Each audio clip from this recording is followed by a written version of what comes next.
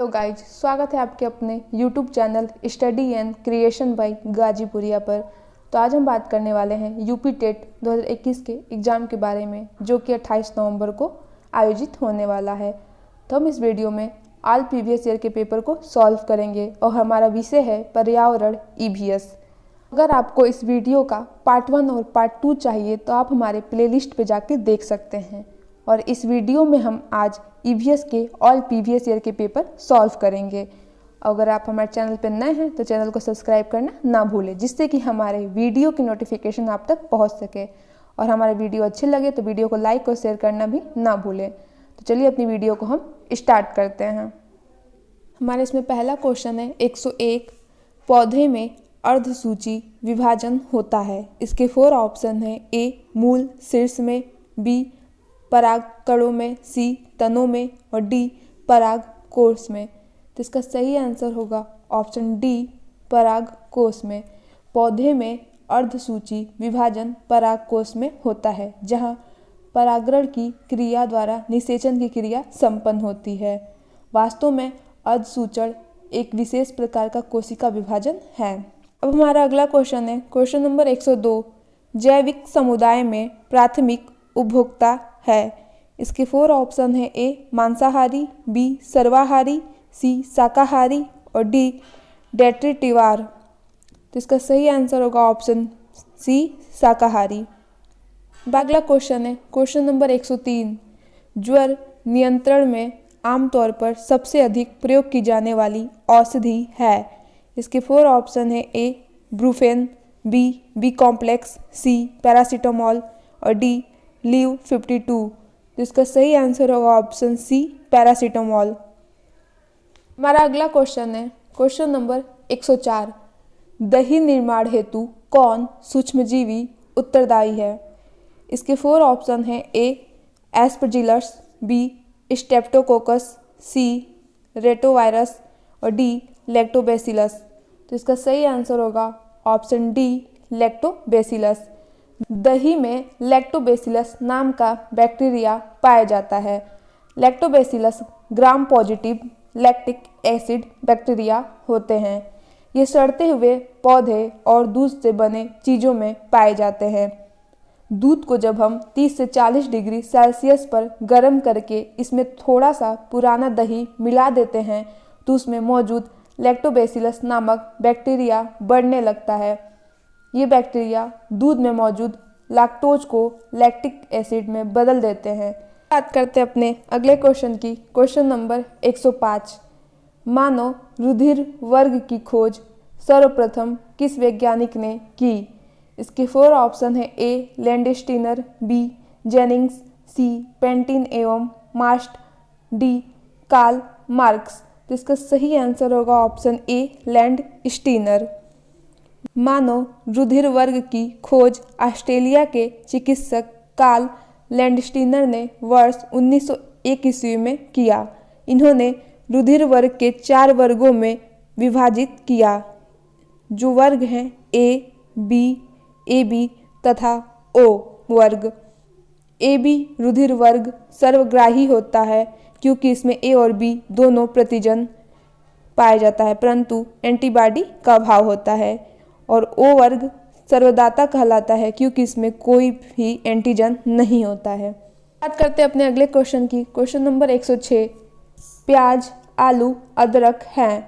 इसके 4 ऑप्शन है। A जड़, B तना, C औपस्थानिक जड़ें और D सल्क पत्र। तो इसका सही आंसर होगा ऑप्शन B तना। प्याज, आलू और अदरक सभी तना है।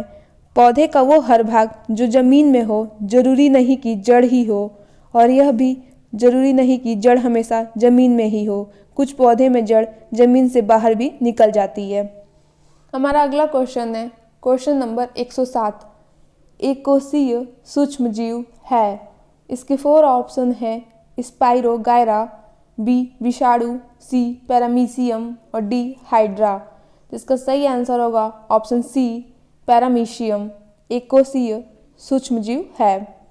अब चलते हैं अपने अगले क्वेश्चन की तरफ क्वेश्चन नंबर 108, निम्नलिखित में से कौन सा पादप उत्पाद साबुन का विस्थापन है।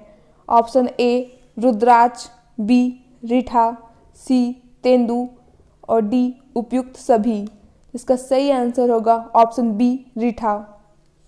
हमारा अगला क्वेश्चन है क्वेश्चन नंबर 109, गैसीय अपशिष्ट है। इसके 4 ऑप्शन है। ए सब्जी एवं फलों के छिलके, बी घरों की नालियों का गंदा पानी, सी खेत खलिहानों से निकलने वाला कचरा और डी लकड़ी कोयला से जलने वाला धुआं। तो इसका सही आंसर होगा ऑप्शन डी लकड़ी कोयला से जलने वाला धुआं। हमारा अगला क्वेश्चन है क्वेश्चन नंबर 110, निम्नलिखित में से कौन से पौधे दूर दूर प्रसारित होंगे। इसके 4 ऑप्शन है। ए बीजाणु द्वारा प्रकीर्णित पौधे, बी बीज द्वारा प्रकीर्णित पौधे, सी फल द्वारा प्रकीर्णित पौधे और डी कायिक जनन द्वारा वितरित। तो इसका सही आंसर होगा ऑप्शन सी फल द्वारा प्रकीर्णित पौधे। हमारा अगला क्वेश्चन है क्वेश्चन नंबर 111, जब एक जीव लाभ होता है बगैर दूसरे सहवासी जीव को प्रभावित किए तो कहलाता है। इसके 4 ऑप्शन है। ए परजीवी, बी सहभोजी, सी मृतोपजीवी और डी सहजीवी। तो इसका सही आंसर होगा ऑप्शन बी सहभोजी। जब एक जीव लाभ होता है बगैर दूसरे सहवासी जीव को प्रभावित किए तो सहभोजी कहलाता है। हमारा अगला क्वेश्चन है क्वेश्चन नंबर 112, जब मोर सांप को खाता है, सांप कीड़ों को खाता है और कीड़े हरे पौधे को खाते हैं तो मोर का पोषक तल है। इसके 4 ऑप्शन है। ए प्राथमिक उपभोक्ता, बी अंतिम अपघटक, सी प्राथमिक अपघटक और डी खाद्य पिरामिड के शीर्ष पर। तो इसका सही आंसर होगा ऑप्शन डी खाद्य पिरामिड के शीर्ष पर। हमारा अगला क्वेश्चन है क्वेश्चन नंबर 113, निम्नलिखित में से कौन सा कायांतरित सेल का उदाहरण है। इसके 4 ऑप्शन है। ए बलुआ पत्थर, बी ग्रेनाइट, सी संगमरमर और डी चूना पत्थर। तो इसका सही आंसर होगा ऑप्शन सी संगमरमर। अब बात करते हैं अपने अगले क्वेश्चन की क्वेश्चन नंबर 114, महासागरों में निम्नलिखित में से कौन सा लवण सर्वाधिक मात्रा में पाया जाता है। Option A magnesium sulphate, B calcium sulphate, C magnesium chloride और डी सोडियम क्लोराइड। तो इसका सही आंसर होगा ऑप्शन डी सोडियम क्लोराइड सर्वाधिक मात्रा में पाया जाता है। बात करते हैं महासागरों में इनकी मात्रा कितनी होती है। तो मैग्नीशियम सल्फेट की मात्रा होती है 4.7%, कैल्शियम सल्फेट की मात्रा होती है 3.6%, वही मैग्नीशियम क्लोराइड की मात्रा होती है 10.9% और सोडियम क्लोराइड की मात्रा होती है 77.8%। अब बात करते हैं अपने अगले क्वेश्चन की क्वेश्चन नंबर 115, राज्यसभा में होने वाली सभाओं की अध्यक्षता कौन करता है। इसके 4 ऑप्शन है। ए उपराष्ट्रपति, बी राष्ट्रपति, सी प्रधानमंत्री और डी भारत के मुख्य न्यायाधीश। तो इसका सही आंसर होगा ऑप्शन ए उपराष्ट्रपति। अब चलते अपने अगले क्वेश्चन की तरफ क्वेश्चन नंबर 116, निम्नलिखित में से किस मिट्टी का विस्तार भारत के सर्वाधिक क्षेत्र पर है। इसके 4 ऑप्शन है। ए काली मिट्टी, बी जलोढ़ मिट्टी, सी लाल मिट्टी और डी बलुई मिट्टी। तो इसका सही आंसर होगा ऑप्शन बी जलोढ़ मिट्टी। चलते अपने अगले क्वेश्चन की तरफ क्वेश्चन नंबर 117, जो शाकाहारी जंतु भोजन के लिए हरे पेड़ पौधे पर निर्भर रहते हैं। इसके 4 ऑप्शन हैं। ए प्रथम चरण उपभोक्ता, बी द्वितीय चरण उपभोक्ता, सी तृतीय चरण उपभोक्ता और डी उपभोक्ता। तो इसका सही आंसर होगा ऑप्शन ए प्रथम चरण उपभोक्ता। किसको प्रथम श्रेणी के उपभोक्ता कहते हैं, किसे द्वितीय श्रेणी के और किसे तृतीय श्रेणी के। तो प्रथम श्रेणी के उपभोक्ता उन्हें कहते हैं शाकाहारी जंतु श्रेणी के उपभोक्ता जो वनस्पतियों को भोजन के रूप में प्रयोग करते हैं, उन्हें प्रथम श्रेणी के उपभोक्ता कहते हैं। और इनका एग्जाम्पल होगा खरगोश, गाय, भैंस, हिरन, चूहा, बंदर। अब बात करते हैं द्वितीय चरण उपभोक्ता किसे कहते हैं। वे सभी जंतु जो भोजन के लिए प्रथम श्रेणी के उपभोक्ताओं पर निर्भर होते हैं, उन्हें द्वितीय श्रेणी के उपभोक्ता के वर्ग में रखते हैं। ये मांसाहारी होते हैं। उदाहरण के लिए मेढक, मछलियाँ, कीट, छिपकली, ये हमारे द्वितीय श्रेणी के उपभोक्ता हैं। अब बात करते हैं तृतीय श्रेणी के उपभोक्ता की। तो ये सभी जंतु जो भोजन के लिए द्वितीय श्रेणी के उपभोक्ताओं पर निर्भर होते हैं उन्हें शीर्ष श्रेणी के उपभोक्ता कहते हैं, जैसे बाज, गिद्ध, शेर, भालू इत्यादि। हमारा अगला क्वेश्चन है क्वेश्चन नंबर 118। पर्यावरण शिक्षा में समस्या समाधान विधि का गुण है। इसके 4 ऑप्शन है। ए लक्ष्य केंद्रित विधि, बी सर्जनात्मक विधि, सी चयनात्मक विधि और डी उपयुक्त विधि। तो इसका सही आंसर होगा ऑप्शन डी उपयुक्त विधि। चलते अपने अगले क्वेश्चन की तरफ। हमारा नेक्स्ट क्वेश्चन है 119। प्रेक्षण विधि की सीमाएं हैं। इसके 4 ऑप्शन है। ए यह विधि मितव्ययी नहीं है, बी इस विधि में प्रेक्षण सूक्ष्मता से न करने पर प्राप्त परिणाम अधिक वैध एवं विश्वसनीय नहीं होते हैं, सी इस विधि से व्यक्ति के आंतरिक व्यवहारों का अध्ययन संभव नहीं, और डी उपयुक्त सभी। तो प्रेक्षण विधि की सीमाएं हैं ऑप्शन डी उपयुक्त सभी। हमारा अगला क्वेश्चन है क्वेश्चन नंबर 120। अंतर्राष्ट्रीय ओजोन दिवस मनाया जाता है। इसके 4 ऑप्शन है। ए 16 सितंबर, बी 7 दिसंबर, सी 22 अप्रैल और डी 30 मार्च। तो इसका सही आंसर होगा ऑप्शन ए 16 सितंबर को अंतर्राष्ट्रीय ओजोन दिवस मनाया जाता है। इसमें एक और पॉइंट नोट करेंगे हम, विश्व पर्यावरण दिवस कब मनाया जाता है। तो उसका आंसर होगा 5 जून, ये भी नोट कर लेंगे आप। अब चलते अपने अगले क्वेश्चन की तरफ। क्वेश्चन है क्वेश्चन नंबर 121। किसी खाद्य श्रृंखला में शाकाहारी होते हैं। इसके 4 ऑप्शन है। ए प्राथमिक उत्पादक, बी प्राथमिक उपभोक्ता, सी द्वितीय उपभोक्ता और डी अपघटनकर्ता। तो इसका सही आंसर होगा ऑप्शन बी प्राथमिक उपभोक्ता।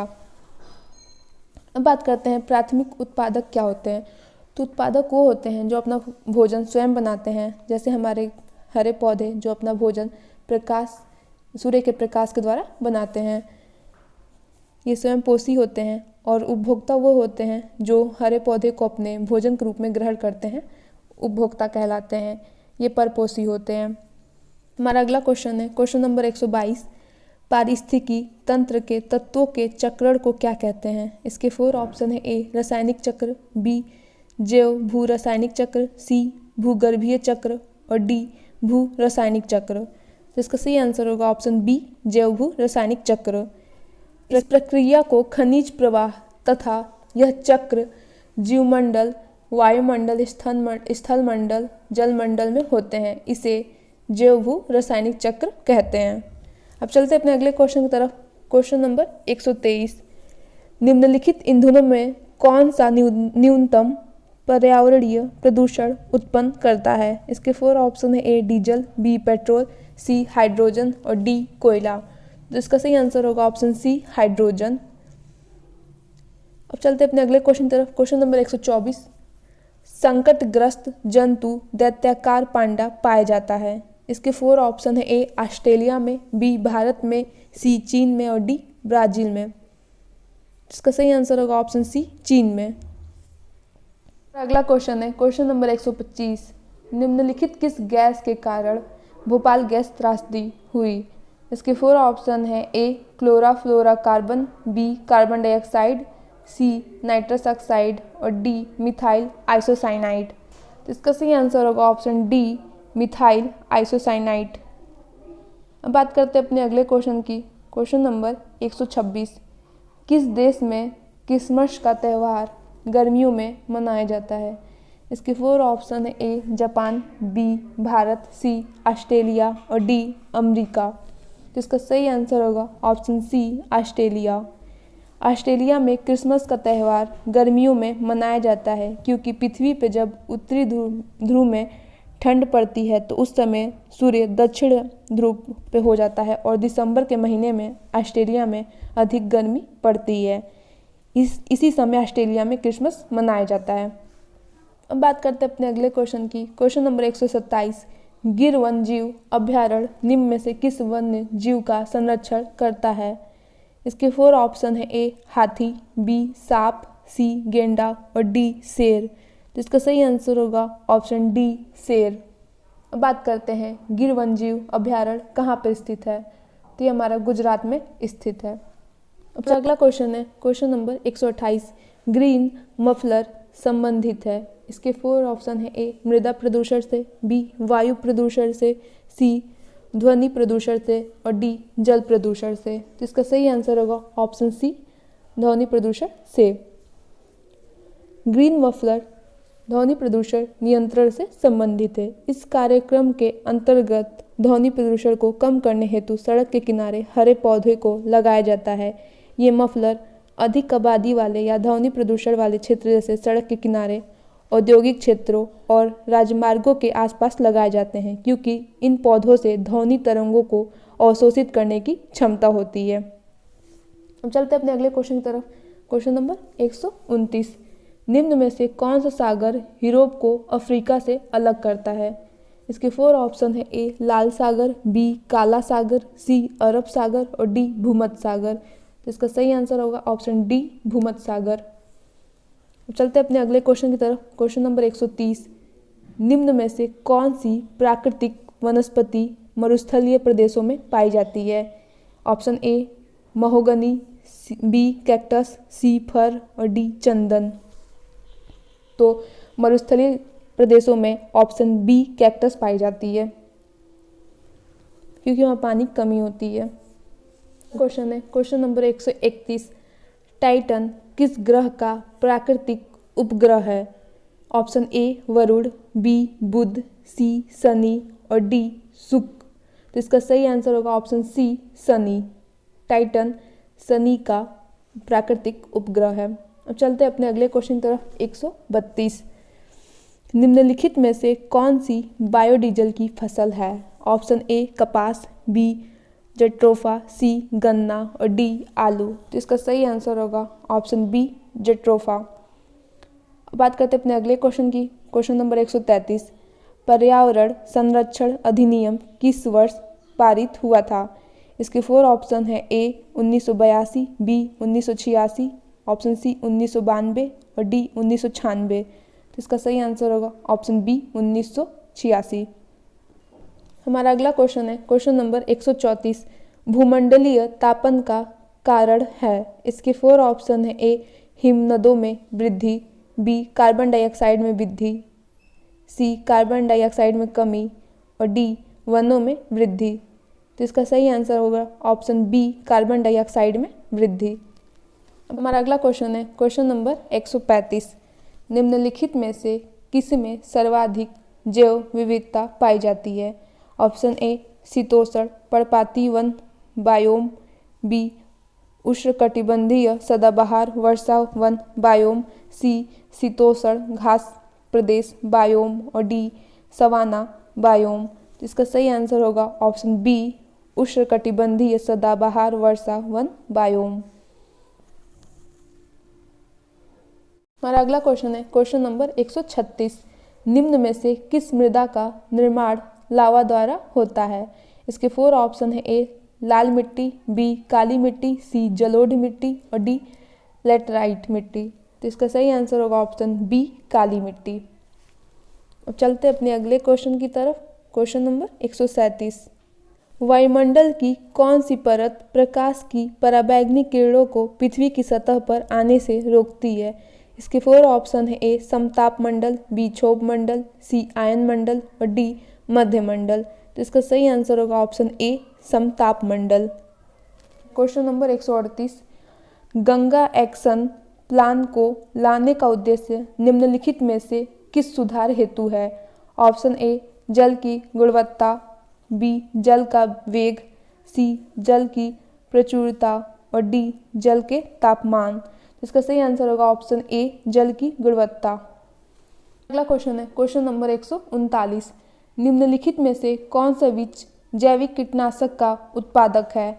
इसके 4 ऑप्शन है, ए नीम, बी देवदार, सी चीड़ और डी ओक। तो इसका सही आंसर होगा ऑप्शन ए नीम। अब चलते अपने अगले क्वेश्चन की तरफ।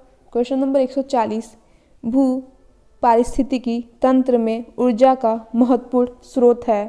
इसके 4 ऑप्शन है, ए सूर्य, बी पृथ्वी, सी चंद्रमा और डी शुक्र। तो इसका सही आंसर होगा ऑप्शन ए सूर्य।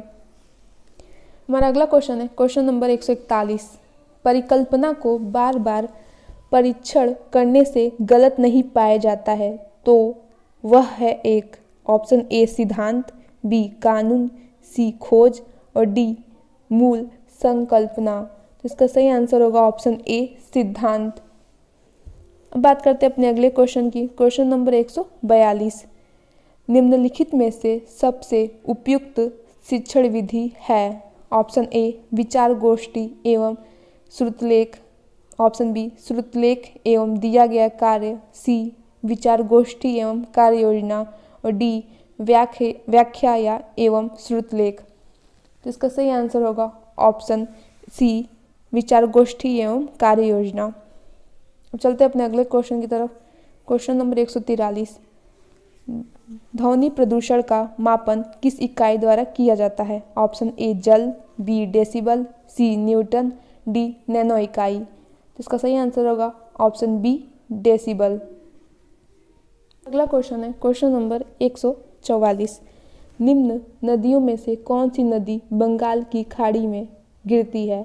इसके 4 ऑप्शन है। ए ताप्ती, बी सुवर्णरेखा, सी नर्मदा, डी सिंधु। तो इसका सही आंसर होगा ऑप्शन बी सुवर्णरेखा। हमारा अगला क्वेश्चन है क्वेश्चन नंबर 145। निम्न में से किस स्थलाकृति का निर्माण हिमानी द्वारा होता है। इसके 4 ऑप्शन है। ए लेपोजी, बी यू आकार की घाटी, सी वी आकार की घाटी और डी जलप्रपात। इसका सही आंसर होगा ऑप्शन बी यू आकार की घाटी।